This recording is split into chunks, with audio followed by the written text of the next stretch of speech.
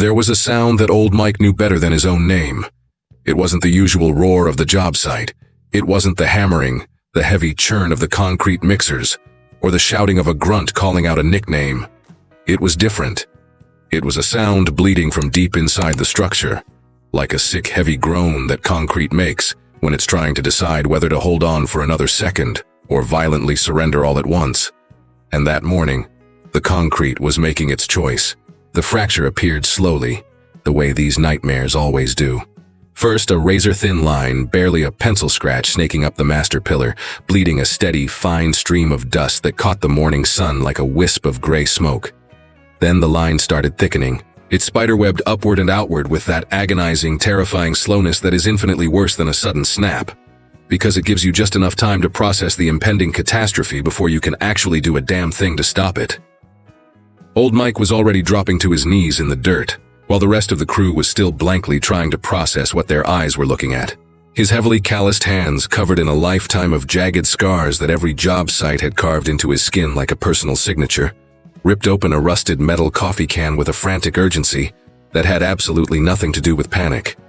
It was the icy urgency of a master who knows exactly what needs to be done and is only furious at the ticking clock. He started aggressively mixing the chemical powder into a bucket with brutal, rhythmic, hyper-precise strokes. The exact muscle memory of a man who had fought this exact war before, on some other doomed site, on some other cursed day when nobody wanted to listen until the concrete started screaming for itself.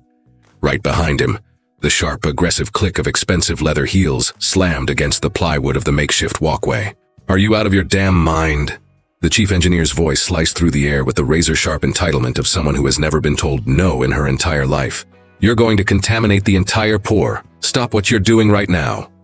He didn't stop.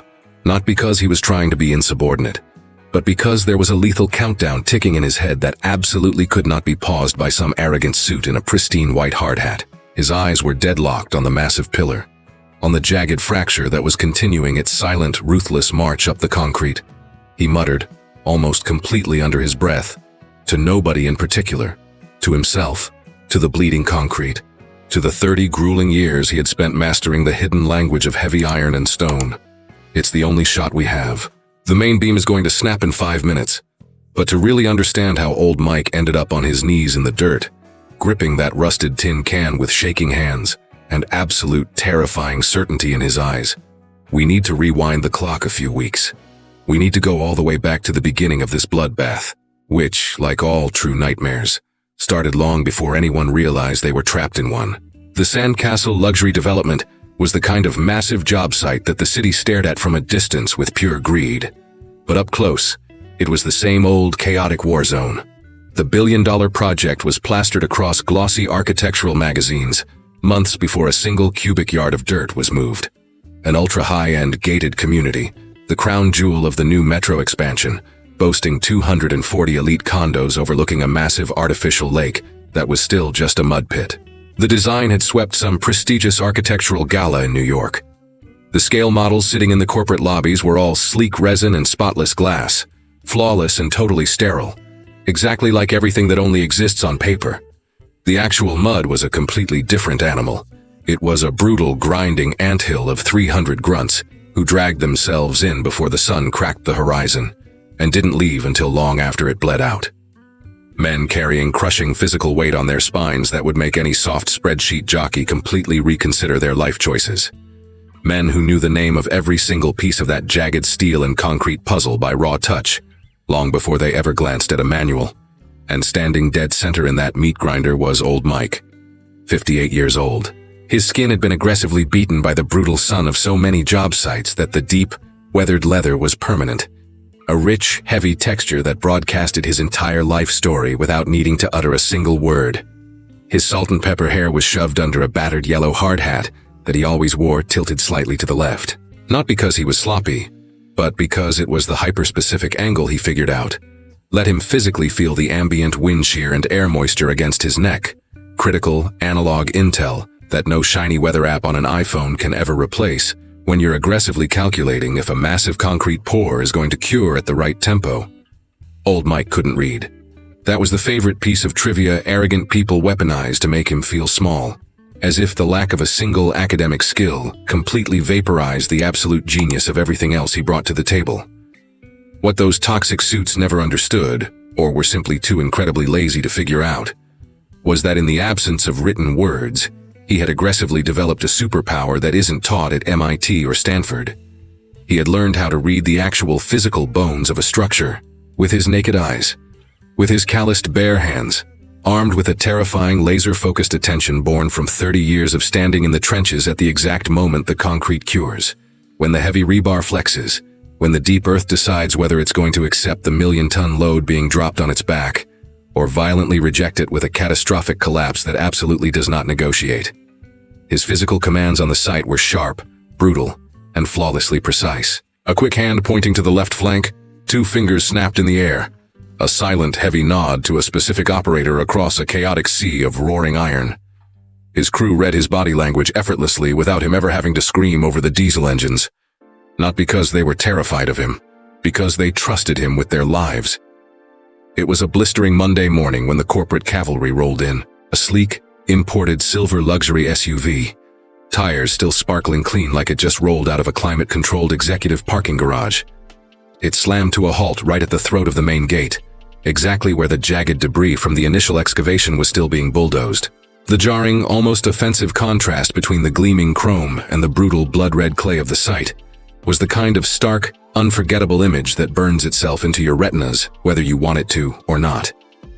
She stepped out, wearing pitch-black designer sunglasses, a sleek iPad tucked aggressively under her arm, flanked by 2 terrified junior yes-men hauling heavy briefcases, desperately trying to keep pace without ruining their expensive Italian loafers in the mud.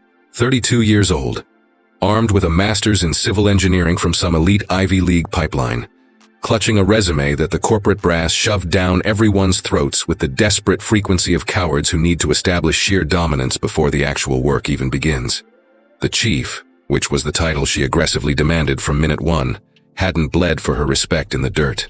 She had it hand-delivered to her in a pristine envelope, wrapped in toxic arrogance and a shiny diploma, fully expecting that piece of paper to magically compensate for the one massive, undeniable thing she entirely lacked: actual time in the trenches. Old Mike watched her march onto the grid from a distance with that same dead calm, calculating stare that was his trademark. There was absolutely no malicious judgment in his eyes, just the cold, tactical assessment of a veteran watching a rookie step into a massive, lethal machine that he already knew better than the back of his own scarred hands. For the first few days, he held his position. He stayed quiet. He waited. He was a silverback who had learned through decades of taking beatings that some wars are won with ironclad patience, and others are lost purely because you pull the trigger too early. He knew that the vast majority of catastrophic human errors happen when a guy is too arrogant to know the difference between the two. But then, the heavy pallets rolled in. It was early Tuesday morning. An 18-wheeler dumped a massive payload of imported high-grade rapid-cure European cement, a highly volatile chemical mix that cured exponentially faster than the standard industrial slump they had been running. The chief had aggressively mandated the swap in her latest tyrannical schedule revision, casually citing optimized timelines and proven technical superiority based on some sterile corporate case study she read in a boardroom. Old Mike just stood there, staring hard at the stacked pallets for a few heavy minutes. Then he slowly walked over to the massive mountain of raw aggregate sand that had been dumped on site the previous week and dug his bare hand deep into the pile. He let the grit bleed slowly through his thick fingers. He felt the raw texture grinding against his palm, the microgranulation, the exact physical behavior of the material as it cascaded back into the dirt. Way too damn fine. He knew exactly what that meant, with the same terrifying instant clarity a master chef has when they know a spice is going to violently ruin a dish before it even hits the heat. Mixing that hyperfine aggregate with an aggressive, rapid-cure European binder was going to create a violently volatile, explosive chemical reaction. It was going to trigger massive internal shear stress that, over the long haul, would violently tear the structure apart from the inside out instead of locking it together. It desperately needed a chemical buffer, a heavy-duty plasticizer to aggressively retard the shrinkage while the concrete bled off its heat during the curing phase. He grabbed his battered yellow hard hat, tilted it to his signature angle, and marched straight over to the command perimeter where the chief was flanked by her pathetic sycophants. rapidly swiping through 3D blueprints on her iPad, with that toxic, perpetual irritation of someone who is aggressively annoyed that the world isn't moving fast enough for her. He stopped at a respectful, non-threatening distance, gripped the hard hat loosely in his calloused hands, quietly waited for her to finish barking whatever corporate order she was spitting out. "Chief." His voice was a low, steady rumble. It always was. "That aggregate sand over there is way too fine to mix with this rapid cure batch. That chemical reaction is going to be way too aggressive. You're going to need to introduce a heavy plasticizer additive into the mix, or that concrete is going to violently overwork itself, and the pillars are going to fracture." She didn't even bother ripping her eyes off the glowing iPad screen. The agonizing, suffocating pause that followed lasted exactly 2 seconds. It wasn't the silence of someone actively processing critical data. It was the toxic, arrogant delay of an apex predator, signaling that the execution was already scheduled before he even opened his mouth. "This is elite military-grade German engineering, Mike." Her tone dripped with the sickening condescension of a parent explaining basic arithmetic to a slow toddler. "The exact chemical ratio is hard-coded into the manufacturer's manual. I absolutely do not need superstitious backwoods guesswork from a guy who couldn't even finish high school." She finally snapped her eyes up to meet his, just long enough to deliver the absolute kill shot. "Focus on nailing the pitch on the wooden forms. Let the educated adults handle the science." She had already dismissed him and snapped her eyes back to the screen before the final toxic syllable even left her mouth. Old Mike stood dead still in the mud for a heavy, suffocating second. Then he slowly placed the battered hard hat back on his head, locking in that exact slight tilt, and marched straight back to his post without firing a single word back. The grunts standing in the blast radius who caught the execution instantly dropped into that dead, cowardly silence of men who just witnessed a brutal massacre they desperately wished they could unsee. Not because she had screamed or thrown a punch, but because it was the exact kind of cold, sociopathic humiliation that doesn't leave a bruise. It just completely obliterates your humanity. The toxic kind of corporate strike that screams, without explicitly saying the words, that 30 years of bleeding in the trenches is worth infinitely less than a framed piece of paper bought at an Ivy League school. That night, old Mike dragged himself back to the tiny, warped plywood shack he rented on the forgotten edge of the development. It was brutally small. A creaking cot, a warped table, 2 plastic milk crates, and a cheap particle board locker held shut by a frayed leather belt tied around a rusted handle. He unknotted the belt and opened the locker. Buried dead in the back, shoved behind a meticulously folded stack of faded work shirts, was a heavy, rusted metal coffee tin. He pulled it out with both scarred hands and just stood there staring at it in the dim light, like a man staring into the eyes of a dark, violent ghost he never asked to be haunted by. Pinned to the rotting drywall right next to the locker, held up by 2 bent roofing nails, was a photograph. Black and white, the edges yellowed and frayed. It was a massive commercial building, or more accurately, the catastrophic graveyard of what used to be a building. A sickening, apocalyptic mountain of pulverized concrete and violently twisted rebar, thick clouds of toxic gray dust still hovering in the air like smoke. In the background was the blurry silhouette of a city street that was permanently burned into his nightmares, because he had been standing on that exact asphalt that morning. He had been there, and he had miraculously survived the slaughter for a specific heavy reason that his brain was still trying to fully process decades later. His wife ghosted into the tiny room carrying 2 chipped plates of food and set them on the warped table without making a sound. She shot him a heavy, loaded side-eye, wielding that profound, terrifying intuition of a woman who knows a man's soul deeply enough to effortlessly read his dead silence. "Is it going to blow up again, Mike?" He let a heavy, suffocating second bleed out before he answered. "These shiny new suits." His voice was a low, exhausted rumble. Absolutely zero hot rage in it, just the crushing, suffocating weight of a veteran who has already watched this exact horror movie play out and knows exactly how many body bags are going to be zipped up at the end. They worship the paper. They completely refuse to listen to the rock. She rested her hand heavily on his tired shoulder for a long, quiet minute. Then she turned and walked to the sink to fetch the water. And old Mike just stood there, staring deep into the apocalyptic wreckage in the photograph, with the haunted, dead eyes of a man who knows that there is a massive, agonizing difference between predicting a catastrophic bloodbath and actually finding the words to convince an arrogant fool to stop it before the bomb detonates. The sun hadn't even peaked at dead noon the next day when old Mike confirmed the kill. It wasn't some frantic, panicked guess that slapped him out of nowhere. It was a cold, brutal validation. The kind of terrifying realization that your physical gut registers long before your conscious brain can even stitch the vocabulary together to describe it. That deep, primal, blue-collar radar that only exists in a man who has spent 40 years paying absolute, obsessive attention to the tiny details that arrogant suits blindly trample over.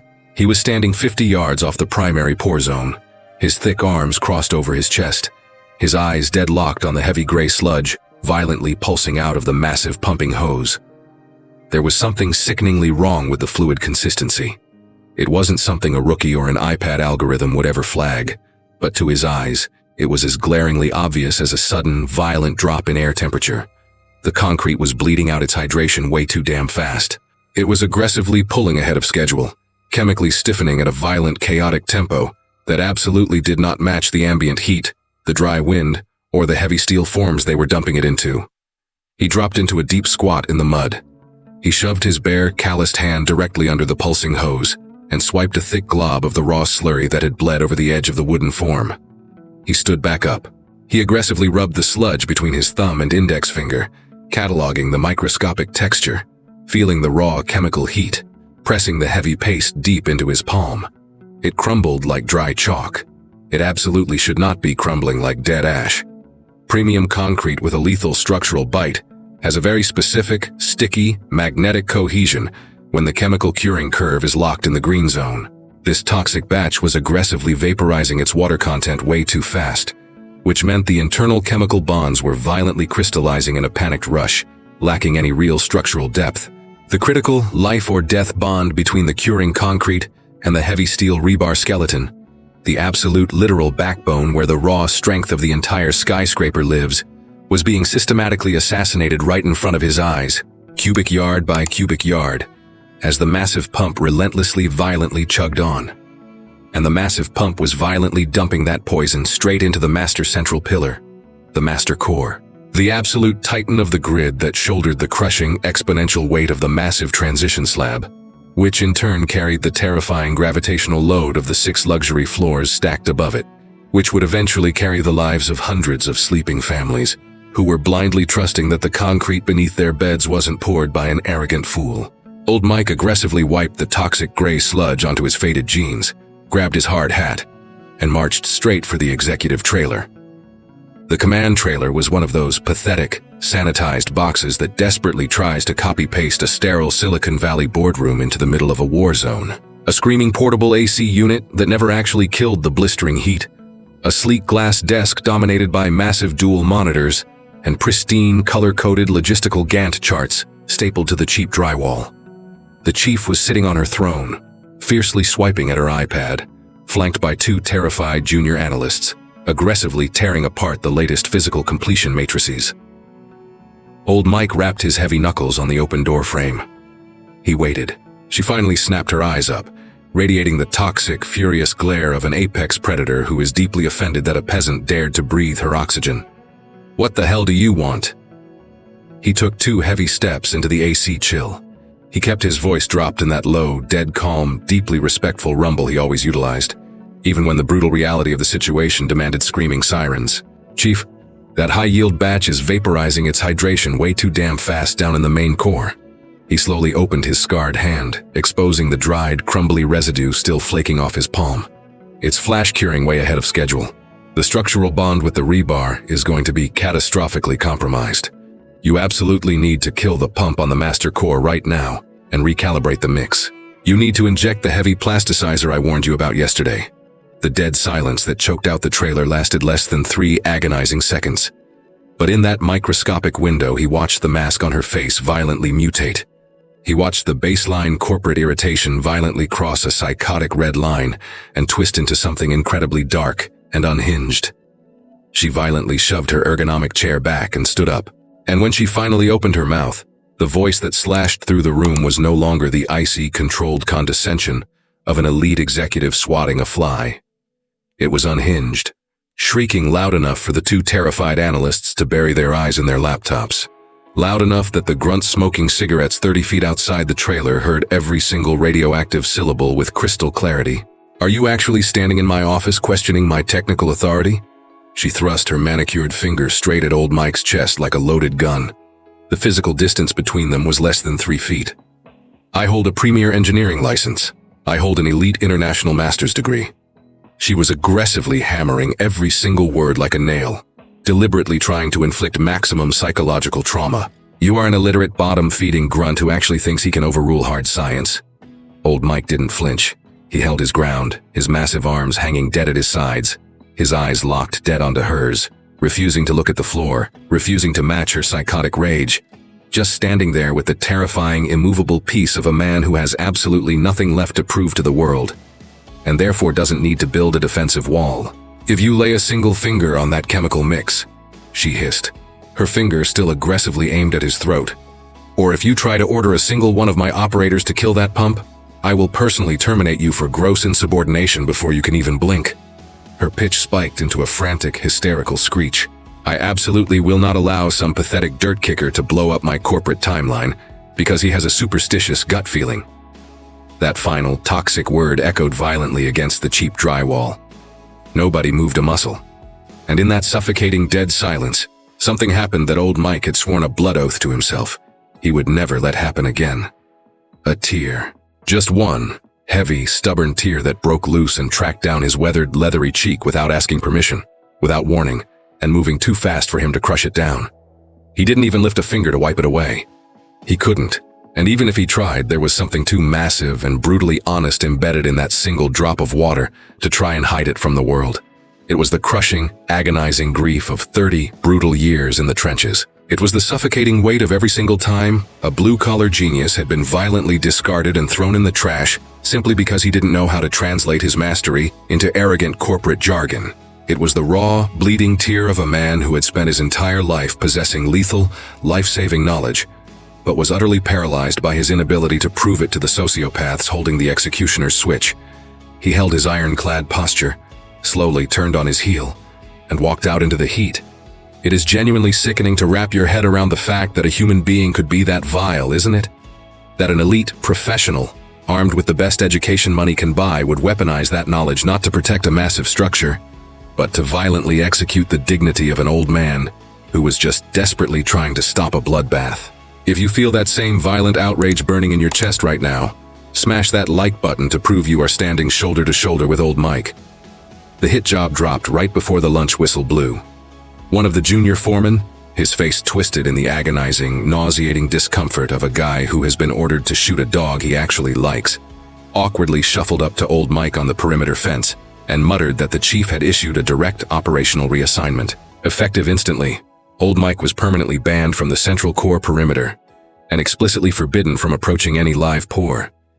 His new, humiliating exile was the tool shed, counting rusted rebar, sweeping up washers, logging inventory like a brain-damaged rookie. The crew working the perimeter heard the execution. Not a single man opened his mouth. Old Mike grabbed his battered yellow hard hat, marched straight to the sweltering metal shipping container serving as the tool shed, and went right to work. The shed was dumped on the extreme outer fringe of the grid, separated from the active hot zone by 40 yards of jagged dirt and a wall of parked excavators.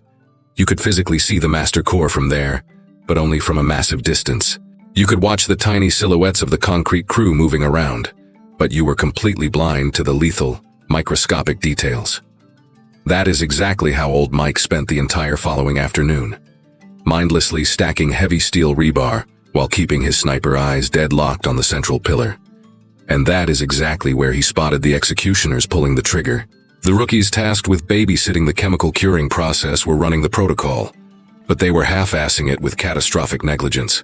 Wet curing, which demands relentlessly and aggressively soaking the wooden forms with heavy water for hours after the initial pour to artificially throttle the internal chemical reaction, requires absolute, unbroken consistency.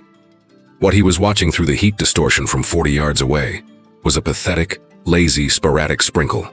A devastating failure to saturate a volatile chemical matrix that had already proven it was aggressively vaporizing its own hydration. He dropped 100 pounds of steel rebar into the dirt. He marched straight toward the kill zone. A private security contractor intercepted him before he even cleared the halfway mark.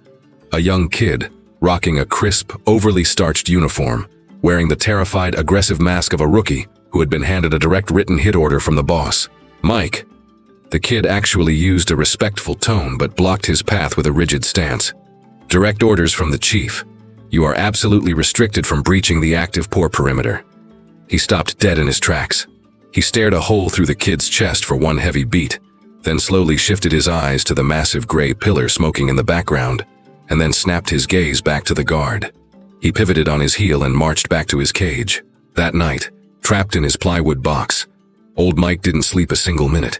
He laid flat on his back, staring up into the pitch-black void, and while the rest of the massive grid slept, his brain went to war. It wasn't frantic, emotional anxiety. It was cold, brutal, absolute calculus. The kind of terrifying analog mathematics that doesn't require an iPad or an algorithm. Forged purely from a proprietary internal language built over decades of bleeding in the dirt, a language that weaponizes ambient temperature, relative humidity, cure time, and raw material friction as variables that his nervous system processes with the exact same lethal precision as $1 million corporate sensor suite. He aggressively started running the numbers. The ambient heat had violently spiked past 90 degrees Fahrenheit. The relative humidity was dead flat, and a brutal, bone-dry crosswind had been howling since 2 p.m. The volatile, rapid-cure European cement mixed with that hyperfine sand had already confirmed it was aggressively flash-curing, based on the raw sample he crushed in his hand that morning. The wet cure protocol had been butchered, with massive, catastrophic gaps between the hydration cycles. He calculated the exact hours that had bled out since the final yard of sludge was pumped. He calculated the massive volume of critical hydration the matrix had violently boiled off under those specific atmospheric conditions. He calculated the exact, catastrophic failure rate of the chemical bond between the dying concrete and the heavy steel skeleton inside the master core. The final number that locked into his brain, deep in the absolute dead of night, listening to the crickets screaming outside and his wife's heavy breathing next to him, was not a paranoid suspicion. It was a death sentence. He sat bolt upright in the dark, stared into the blackness for a heavy minute. Then he silently pushed himself off the mattress, walked over to the cheap particle board locker, and eased the door open, desperate not to let the squeaking hinges wake her. The rusted metal coffee can was sitting in the exact same spot it always did. He grabbed it with both massive calloused hands and carried it to the warped table. He popped the lid, tilted it just enough to let a tiny stream of the heavy dark powder bleed into his palm.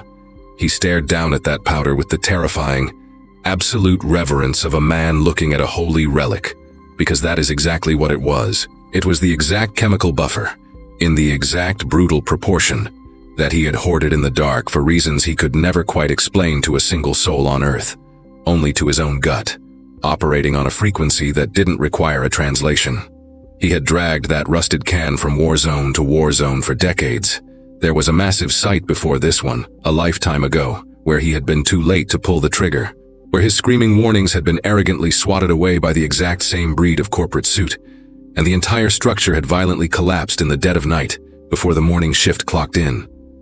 The catastrophic roar of the concrete failing had rattled the entire city grid, and he had sprinted to the epicenter with his heart trying to rip out of his throat, his eyes drowning in a suffocating guilt that technically wasn't his to carry, but had moved into his bones and set up permanent residence anyway.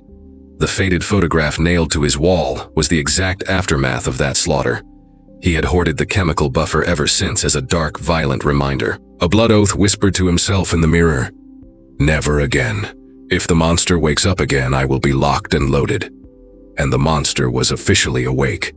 He slammed the lid shut, walked back to the cot, slammed the rusted can onto the nightstand, right next to his pillow within arm's reach, and just laid there staring at the ceiling until the sky outside finally started bleeding that icy morning gray. He knew exactly what the sunrise was going to trigger, and he knew, with the absolute, terrifying certainty he had regarding structural loads, sheer stress, and the violent physics of dying concrete, that when the bomb finally went off, he wasn't going to just stand there with his hands in his pockets praying that some arrogant brat with a framed diploma suddenly decided to believe him. Not this damn time. The morning of the elite VIP inspection rolled in with that hyper-crisp cinematic lighting that almost looks artificially engineered. A flawless blue sky, a crisp breeze, the exact kind of high-def morning that makes a toxic garbage dump look like a masterpiece. The war zone had been aggressively sanitized for the billionaires. The logistics corridors were swept spotless, The frayed caution tape ripped down and replaced with glowing neon barriers, and the grunts were strictly ordered to look intensely busy but maintain a library level of silence. A highly curated, sterile walking tour had been mapped out, featuring strategic photo ops, rehearsed corporate buzzwords, and glossy, heavy cardstock propaganda folders dripping with the developer's gold-embossed logo. The chief was standing dead center in the circus wearing a pristine, high-end white designer dress that had absolutely zero business existing within 50 miles of a mud pit. But it was the exact calculated uniform of a narcissist who fully understood that today had nothing to do with pouring concrete. It was purely about PR. It was the coronation where her European degree, her ruthless timeline, and her precious German technology would magically mutate into a front-page photograph of her smiling next to the mayor, with the massive master core looming in the background. A golden ticket that opens doors that a standard contract can never pick the lock on. She hadn't chosen the master core as her photo backdrop by accident. It was the beating heart of the empire. The central, towering titan of the grid. The most massive, dominating feature that anchored every single glossy 3D render with a dramatic lighting rig that made it look practically religious. She had aggressively weaponized that pillar in every single investor pitch for 6 months. She had built her entire technical mythology around that slab of rock. Old Mike walked through the iron gates that morning and scanned the pathetic, sanitized dog and pony show with the icy, dead-eyed focus of a veteran watching smoke bleed out of a room that everyone else thinks is empty. He marched straight to the tool shed, grabbed the rusted coffee can, shoved it deep into the front pocket of his faded jeans with a smooth, invisible motion, like a gunslinger racking around into the chamber just in case the negotiation goes south. He stayed locked in his designated cage, mindlessly sorting heavy iron brackets with his hands, while his eyes executed a completely different mission. The VIP circus rolled up around 10 o'clock. The mayor was the exact breed of politician who physically suffocates a room with his ego, plastering on that permanent, hollow, used car salesman grin of a guy who assumes every single second of his life is being broadcast live. He was flanked by a pathetic swarm of desperate city councilmen, sweating PR flax, a local news reporter balancing a heavy shoulder rig camera, and a pair of massive private security goons aggressively trying to push people around without making it look like they were shoving. The chief intercepted the pack with an arrogant swagger that old Mike instantly clocked as heavily rehearsed in a mirror. She executed the perfect firm handshake, flashed the brilliant corporate smile, and swept her arm toward the soaring concrete with cinematic flair. She aggressively marched the politicians down the sanitized yellow brick road, stopping at the exact tape marks, regurgitating her sterilized corporate buzzwords, meticulously spinning a fantasy of elite technical dominance that sounded incredibly bulletproof to a bunch of suits who didn't know the difference between cement and drywall. Old Mike tracked the hit squad from the shadows, his eyes locked dead on the target. When the VIP swarm finally hit the master core, the chief launched into her victory speech with the slick, arrogant flow of an actor hitting the climax of her Oscar reel. She bragged about the elite German biochemistry. She bragged about the hyper-accelerated curing matrix. She violently name-dropped the projected shear strength metrics, the flawless structural calculus, and the platinum tier material certifications. The mayor just stood there nodding his head like a bobblehead, flashing his fake teeth, desperate to look like he was actually absorbing the high-level physics. That was exactly when the monster cleared its throat, low, almost completely drowned out by the ambient roar of the grid. A sharp, violent, bone-dry crack, exactly like the agonizing snap a massive rotting oak tree makes a millisecond before it completely snaps in half. It bled directly out of the dead center of the massive concrete pillar. One of the PR flaks nervously shot a look at the guy next to him. The chief completely froze. For less than a microsecond, her fake smile violently glitched, twitching like a corrupted digital feed. But she bulldozed right through it.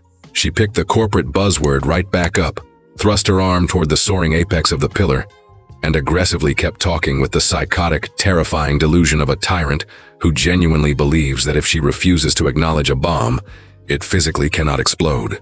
The mayor launched into his canned political garbage. It was that specific brand of toxic, empty rhetoric engineered strictly for the evening news broadcast, vomiting out hollow sound bites about unprecedented urban progress, cutting-edge modernity, and the glorious future of our great city being forged brick by bloody brick. The news reporter was tracking him with her heavy lens, sweeping the VIPs to grab the perfect hero shot. The camerawoman was the absolute first person to spot the blood. The heavy lens instinctively drifted down toward the mud, and the high-def glass locked onto the exact horrific detail the naked eyes of the arrogant suits hadn't processed yet. Jagged, violent chunks of shrapnel, tiny, razor-sharp shards of cured concrete, roughly the size of gravel, violently vomiting out of the base of the master core and scattering across the dirt like the terrifying opening credits of a horror movie that was about to get incredibly loud. The massive structural fracture ripped open a second later. It was born dead at the base of the Titan, with that sick, agonizing, perverted slowness that makes inevitable catastrophes infinitely more terrifying than a sudden explosion. A jagged, razor-thin vertical scar that started aggressively snaking its way up the concrete with the silent, unstoppable rage of a beast that was finally done taking orders. Massive scabs of concrete started violently shearing off the block, slamming into the dirt with a heavy, sickening, deafening thud that absolutely obliterated any lingering doubt about what was happening. The pure, unadulterated panic didn't hit the crowd all at once. It crashed over them in massive, suffocating waves. First, the dead, horrified silence, as 30 brains desperately tried to process the fact that the sky was falling. Then the involuntary, terrified retreat, the suits violently stumbling backward without anyone shouting an order. Then the full-blown, chaotic stampede, the massive security goons violently shoving the politicians back, the camera woman still recording with the lens shaking wildly as she desperately backpedaled, physically unable to turn the feed off. A junior structural tech sprinted into the hot zone wielding a heavy laser diagnostic rig, and sprinted back out 90 seconds later, looking like a corpse. He rushed the chief and hissed the raw data under his breath, but he was shaking so hard the suit standing 3 feet away caught every single radioactive syllable. The massive Titan was currently sitting at 15% of catastrophic terminal failure. In a matter of minutes, completely dictated by how aggressively that fracture decided to rip through the core, the entire pillar was going to violently vaporize. If it snapped, the massive transition slab hovering above it would be instantly ripped down in the collapse, and the ensuing million-ton cascading domino effect of concrete and steel would leave absolutely zero survivors in the blast radius. The chief stood completely paralyzed. You could physically see the exact millisecond her arrogant god complex was violently assassinated. The pristine white designer dress she had weaponized for her victory lap was now trapped in the middle of an apocalyptic bloodbath that absolutely zero corporate training manuals had ever prepped her for, that no elite European lecture hall had ever simulated, that no shiny Gantt chart had ever accounted for. All the blood instantly drained out of her face. Her panicked eyes darted violently between the screaming pillar, the terrified tech, and the screaming politicians, completely unable to locate a single corporate buzzword that could fix this. She screamed for everyone to run for their lives. The mayor aggressively stepped forward, his face a sickening chaotic war zone of fake political bravado and pure pants-wetting terror. "What the hell do you mean, run? Don't you people have a catastrophic containment protocol?" The chief opened her mouth, choked on air, snapped it shut. That was the exact second old Mike walked into the crossfire. He wasn't sprinting. Nobody was screaming for him on the radio. Nobody was desperately hunting for the invisible grunt in the faded jeans and sweat-soaked shirt they had banished to the tool shed. The exact same grunt who had aggressively tried to warn them about the bomb twice.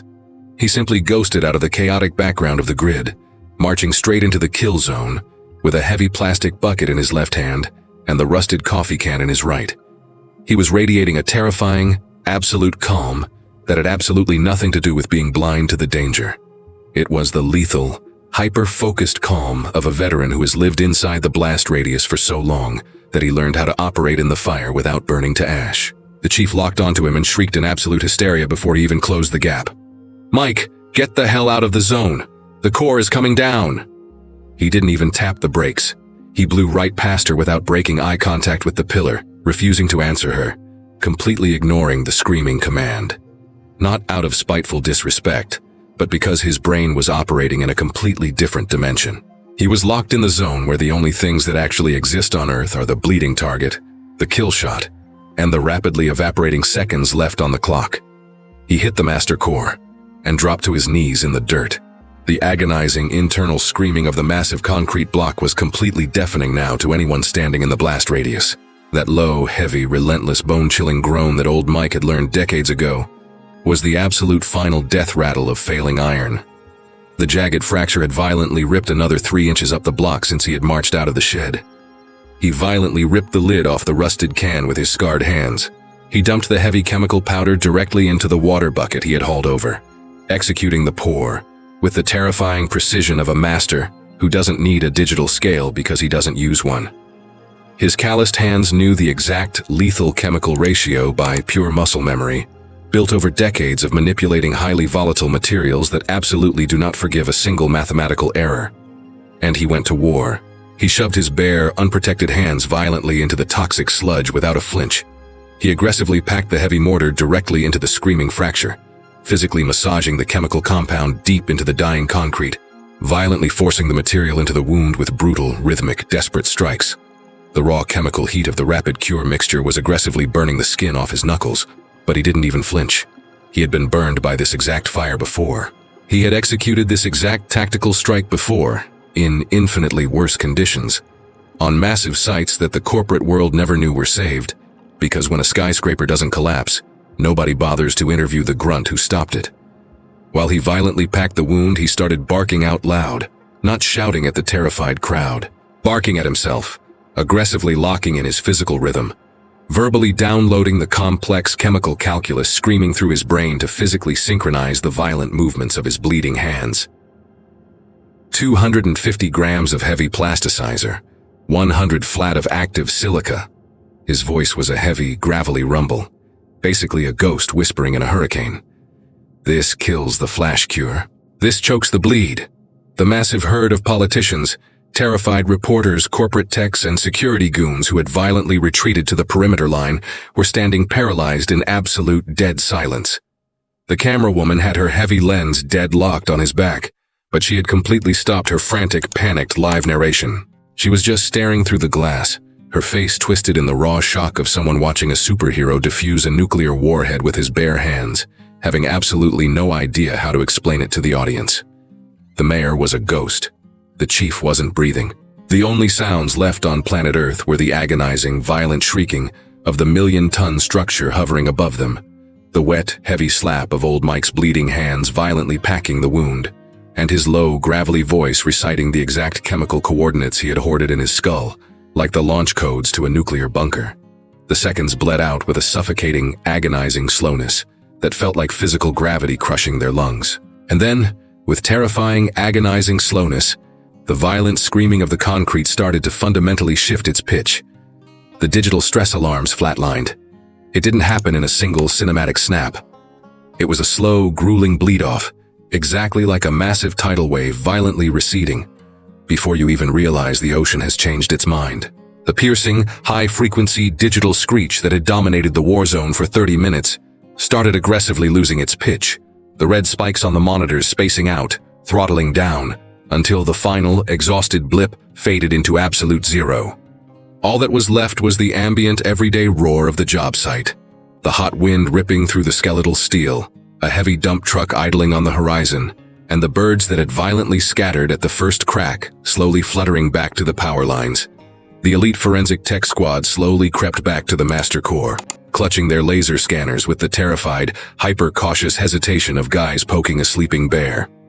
They scanned the fracture, logged the data, scanned it again. They huddled up and whispered frantically for a few agonizing minutes that felt like a damn eternity to the suits watching. The oldest silverback tech finally stood up. He stared hard at the massive pillar, shifted his eyes to old Mike's bleeding, sludge-covered hands, stared down at the rusted coffee can sitting in the dirt. The core is structurally locked. His voice carried the heavy, dead-serious gravity of a surgeon confirming the patient survived a 10-hour bypass. The proprietary chemical compound he injected violently reversed the accelerated carbonation bleed. The massive fracture was completely choked out and sealed before the sheer stress could shatter the internal rebar skeleton. He let out a heavy breath, stared dead at the rusted tin can again. That is a chemical matrix I have absolutely never seen in a single corporate textbook. The deafening silence that nuked the site after that sentence was a completely different species of quiet than anything else that morning. The mayor had been paralyzed behind the safety tape for 30 agonizing minutes, wearing the horrified expression of a guy who showed up for a ribbon cutting and accidentally walked into a hostage negotiation.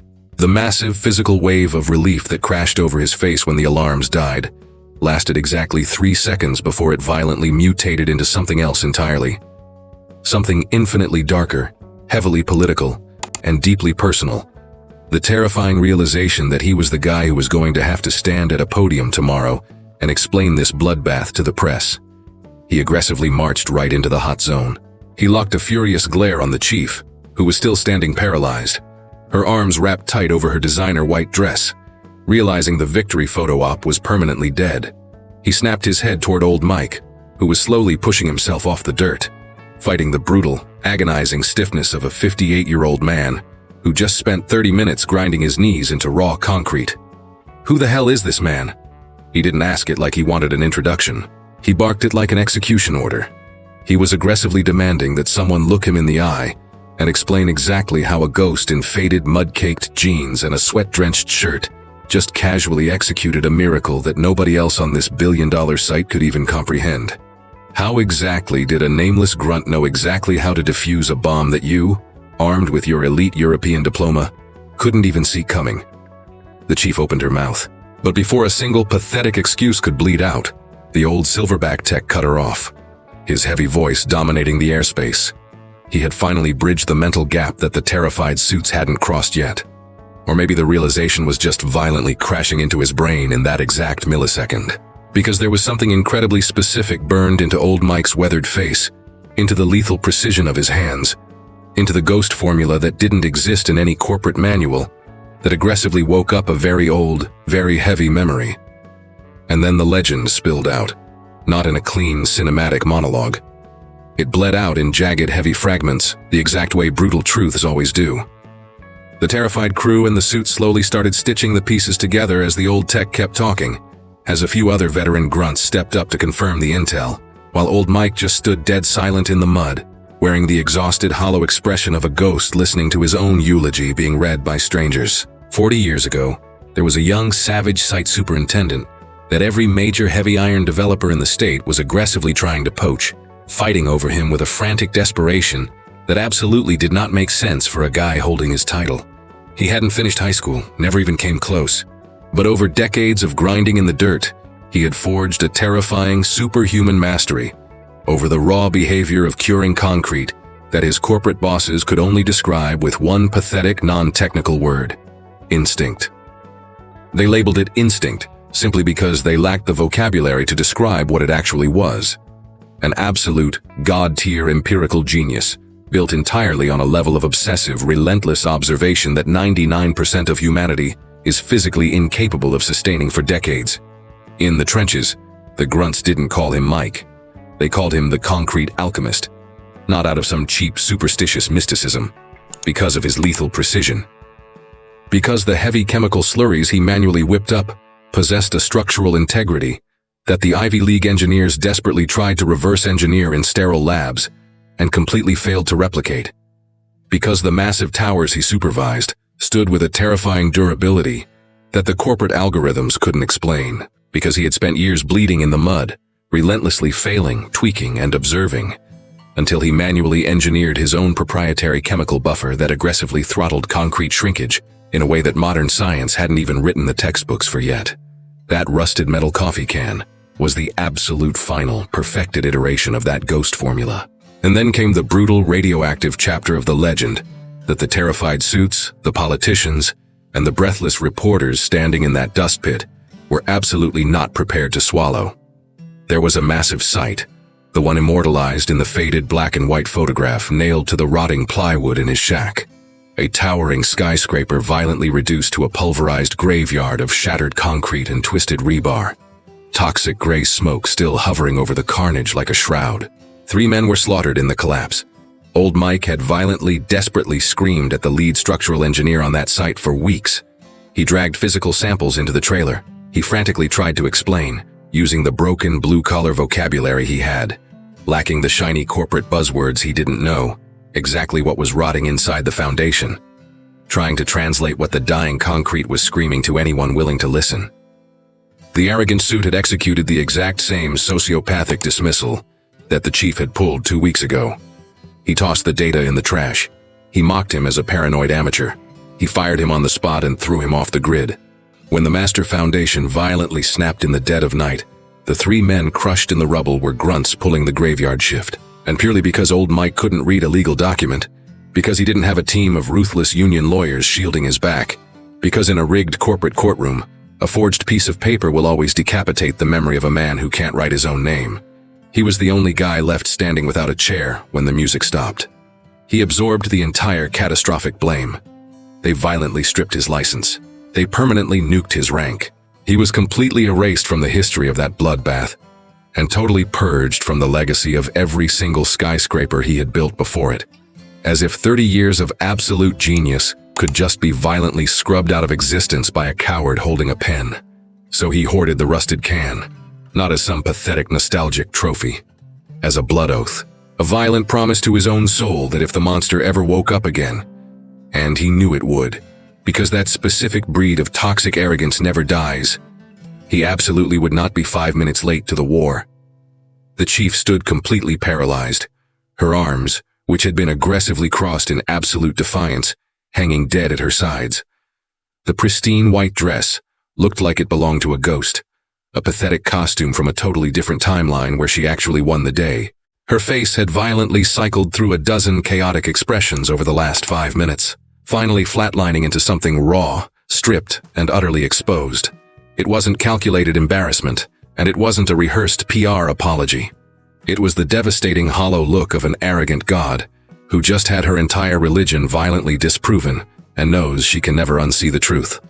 Old Mike slowly walked over to the water bucket sitting in the mud next to the massive pillar. He washed his scarred hands with agonizing slowness, executing the exact same meticulous, respectful routine he always did, scrubbing the toxic chemical residue off every single finger with the quiet, unshakable dignity of a man who aggressively respects his own body, despite the entire world desperately trying to teach him he was worthless. He wiped his wet hands on his faded jeans, and he marched straight up to the chief. He stopped at a close but totally non-aggressive distance. The exact same highly respectful spacing he had maintained that first morning, he breached her trailer, holding his hard hat and desperately trying to save her life. He locked eyes with her for a heavy minute in dead silence. When he finally opened his mouth, it was the exact same low, rumbling voice, grounded, absolute, devoid of any hot, screaming rage because his rage had been completely burned to ash 40 years ago. There was absolutely nothing left but the terrifying, ice-cold clarity of a man who survived the fire. Chief. He dropped the title with the exact same unshakable respect he always used. Absolutely zero cheap irony, no sarcastic edge. You didn't humiliate me yesterday. Her face violently twitched, her brain totally short-circuiting, completely unable to process the data. You just reminded me exactly why I stopped trusting people who are completely blind to everything, except a shiny piece of paper. He let a heavy, brutal beat of silence hang in the air. The exact kind of pause that isn't empty, but aggressively loaded with a truth that needs a second to detonate. I don't want your corner office.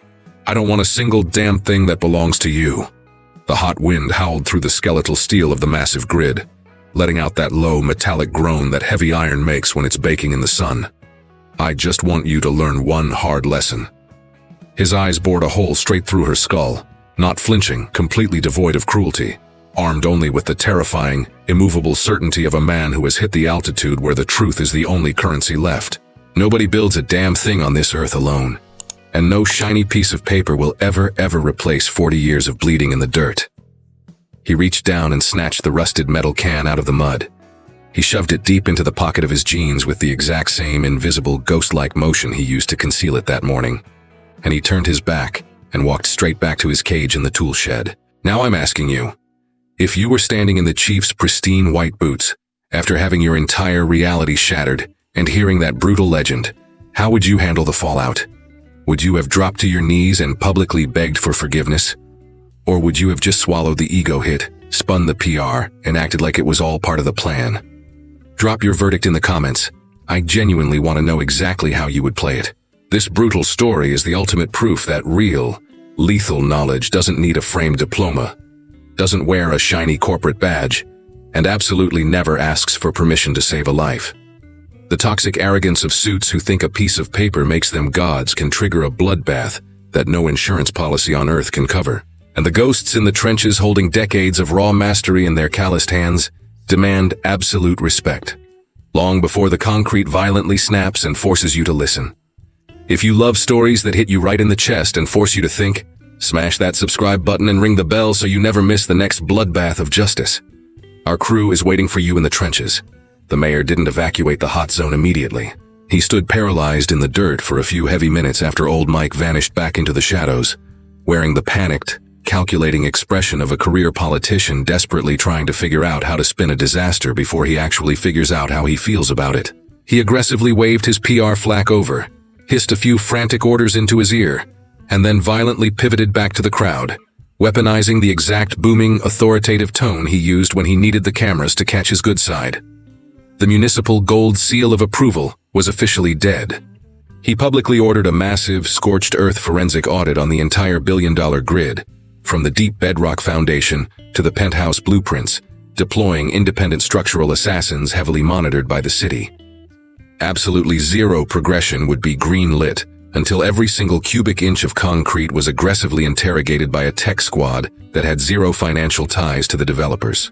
The camera woman had her heavy lens locked dead on him, the frantic, terrified shaking completely gone, replaced by the icy stability of a sniper who knows they just captured the kill shot of the decade. The chief was standing a few yards away, trapped in the designer white dress she had bought for a totally different timeline, absorbing the mayor's brutal executive orders with the dead, hollow stare of a convict, listening to a death sentence she already knew was coming, but still physically makes you sick when the gavel finally drops. The apex billionaire who owned the massive development firm had rolled in that morning for the VIP photo op, an old silverback, rocking a mane of white hair and a bespoke suit that always looked one size too big. The exact breed of titan who had hoarded enough cash to never have to explain his moves to anyone, which ironically made him aggressively explain everything.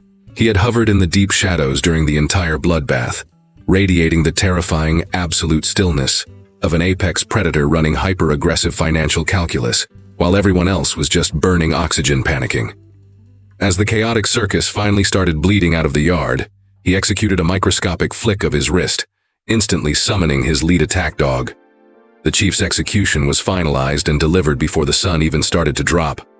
No screaming matches, no dramatic boardroom speeches, just a single lethal piece of paper. Catastrophic technical negligence and gross corporate recklessness resulting in massive, unacceptable public risk.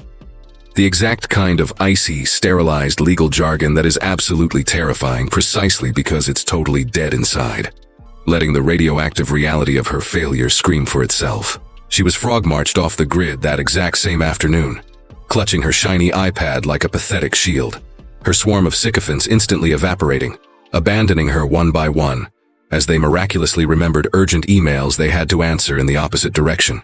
The ruined white designer dress drifted across the blood-red dirt for the absolute last time, ghosted through the heavy iron gates, and permanently vanished. Not a single soul chased after her. The billionaire titan bypassed his armored SUV and marched straight to the tool shed. Old Mike was mindlessly stacking heavy steel rebar when the CEO breached the container, and he didn't instantly drop the iron to salute. He meticulously aligned the heavy bracket he was holding, slowly pushed himself up to his full height, casually wiped the grease off his scarred hands onto his jeans, and stood dead still, waiting. The billionaire fired off his pitch with the brutal, uncut objectivity of an apex operator who hit the altitude decades ago where the only currency he couldn't buy back was time. He stated he had watched the entire massacre from the shadows. He stated he completely understood exactly what had detonated, and exactly what nightmare had just been averted. He explicitly stated he was officially offering old Mike the throne as the senior director of structural integrity for the entire site, backed by a salary that was a 10x multiplier of his current grunt wage, a fully loaded company truck, and a corner office with his name forged into the glass. And then he slid a piece of paper across the plywood table, offering a massive blank check buyout for the proprietary ghost formula in the rusted can. It was a staggering number, the kind of radioactive cash that violently alters your bloodline. Old Mike absorbed the entire pitch without interrupting a single syllable. When the titan finally stopped talking, the shed plunged into a heavy, agonizing silence, not the panicked hesitation of a guy trying to negotiate, but the dead calm space a master takes to make damn sure the words are perfectly aligned before he pulls the trigger. "I appreciate the offer." His voice was a low, unshakable rumble. But I absolutely do not sell the genius I bled for with my bare hands. The billionaire didn't flinch. His eyes locked on Mike, instantly recognizing the negotiation wasn't over. I teach. Old Mike stared right through the billionaire's skull with that terrifying absolute clarity that didn't need to fake an aggressive power pose to dominate the room. If you actually want to build something real out of the bloodbath that almost happened here today, you hire the kids breaking their backs in the mud outside. The rookies who were standing in the blast radius, the ones who actually watched it go down. You pay them an elite, living wage, and you aggressively bankroll their tuition in advanced materials chemistry. A heavy, lethal pause. That is how you actually build a damn future. The billionaire stared at him in absolute silence for a long, heavy minute. Then he gave a single, slow, heavy nod. Not a slick corporate handshake nod, but the profound, undeniable agreement of an apex predator acknowledging a truth that had just struck him directly in the chest. He shoved his hand across the plywood table. Old Mike gripped it and locked the deal. Over the next 6 months, the legend of the concrete alchemist violently tore through the city grid, with the unstoppable velocity of a myth that people desperately need to believe is actually real. It hit the gritty local papers first, then exploded across the talk radio circuits, and finally hijacked the prime-time news broadcasts, the exact kind of visceral, undeniable reality check that proves the universe still forges heroes that Hollywood writers are too cowardly to invent because they seem too damn impossible. Old Mike completely refused the corner office. He had absolutely zero desire to wear a suit. He locked in an ironclad Black Ops consulting contract with a brutally simple mandate. He ghosts onto the massive job sites whenever he gets the call, aggressively audits exactly what needs to be interrogated, drops the absolute unfiltered truth on the executives and vanishes. No corner office, no suffocating necktie, zero tolerance for political schedule meetings. But back on the sandcastle grid, which was aggressively grinding forward under a totally overhauled engineering squad and relentless municipal audits, there was a hyper-focused junior engineer who had rolled onto the site a few weeks after the disaster. He carried a heavy black hardcover notebook clamped under his arm, radiating a savage, hungry intensity before he even opened his mouth. He didn't hold an elite European master's degree. He had crawled his way through a brutal state university on a razor-thin scholarship, surviving in a cramped apartment with 5 other broke kids. And he had learned incredibly early that the real, lethal secrets of heavy infrastructure absolutely do not exist in a sterilized academic syllabus. From minute 1, he aggressively hunted down Old Mike. And from minute 1, Old Mike opened the vault. They marched the perimeter of the massive grid together every Tuesday and Thursday morning, the kid furiously attacking his black notebook, burning every single observation, every brutal tactical breakdown, every specific analog slang word Old Mike used to diagnose the screaming iron and curing stone into the pages. Sometimes the rookie would ask for the shiny corporate textbook translation of a phenomenon Mike was describing, and Mike would just grin and tell him he had no idea what the suits called it, but ordered the kid to go hunt down the corporate jargon and report back. And the kid always delivered. The grunt sweating in the trenches watched those highly animated, intense conversations with a completely different level of respect than they had ever given any arrogant suit walking the perimeter with a clipboard, because they were watching the raw transmission of a lethal magic that absolutely does not exist in any corporate manual. It was the ultimate ironclad respect, forged entirely from the bloody trenches upward, never forced down from a glass tower. Old Mike's sanctuary had fundamentally evolved. The billionaire's firm had aggressively shipped massive pallets of premium building materials as part of an unspoken blood oath, an agreement that required 0 lawyers, because Mike had asked for almost nothing, and the Titan had violently over-delivered without anyone having to beg. The rotting plywood walls of the shack had been completely ripped down and resurrected in solid, impenetrable masonry. The sagging roof was totally bulletproof. The front porch, which had never existed before, was built with the exact same ruthless, Spartan precision Mike demanded on the grid. Absolutely nothing flashy, but structurally flawless and undeniably dignified. It was out on that rock-solid porch, on a quiet Saturday afternoon, bleeding that heavy golden hour light that only hits a job site when the brutal sun finally decides to show some mercy, that his grandson marched up holding a book. It was a bright, heavy-duty children's book, packed with massive, colorful illustrations and block letters, infinitely larger than the tiny encrypted fonts buried in any corporate contract or technical manual. The kid was 6 years old, radiating that pure, unshakable determination of a boy who hasn't been poisoned by the world yet. And he aggressively scrambled into his grandfather's lap with the book splayed open, jamming his tiny finger against a massive word dead center on the page. "Pops, what does this word say right here?" Old Mike stared down at the black ink for a long, heavy minute, his massive hands violently scarred and carrying the brutal, heavy ghosts of decades of shattered concrete, twisted rebar, chemical burns, and every single skyscraper he had ever muscled into the sky without ever learning how to read a single alphabet letter, gripped the edges of the flimsy cardboard book. He held it with a terrifying, absolute reverence that the 6-year-old instantly recognized in his gut, even if he lacked the vocabulary to explain why it was so heavy. And then, old Mike smiled. It was the massive, unbreakable smile of a warrior who had finally reached a mountaintop that took a brutal, bloody lifetime to climb. A man who knows the exact agonizing price of every single jagged step it cost to get there. "It says wisdom, kiddo." His voice was a low, rumbling growl, just like always, grounded and absolute. "That's the exact superpower you unlock when you stop just staring at the ink and you actually learn how to read the world." The little boy stared intensely at the block letters for a heavy second, projecting that pure, unfiltered, dead serious focus of a 6-year-old that is infinitely more brutally honest than any fake corporate nodding an adult could ever fake. Then he casually flipped the page, and the old silverback just sat there, anchored to the new concrete porch of a fortress that had survived a hell of a lot more crossfire than any drywall should ever be forced to absorb. He held his grandson in his lap, the book resting on his scarred knees, while the massive, chaotic city grid roaring in the distance kept mindlessly grinding forward, completely oblivious, exactly like it always is, to the terrifying, beautiful legends being forged in the shadows by the invisible ghosts who built the entire damn world, while nobody was looking. Now I'm throwing it to you. Do you genuinely believe that raw, bloody trench experience nukes a framed Ivy League diploma when the foundation literally starts to collapse, whether it's made of concrete or human beings? Drop your brutal honesty in the comments. I want to know exactly where you stand. This legendary story aggressively proves that the lethal knowledge forged into your calloused hands is infinitely more royal than anything regurgitated from a textbook.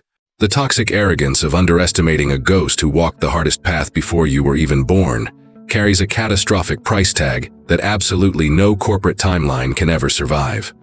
The real, undeniable empire is only built the exact second you finally shut your mouth and learn how to listen.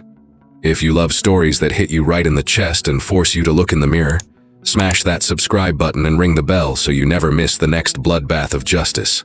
Our crew is waiting for you in the trenches.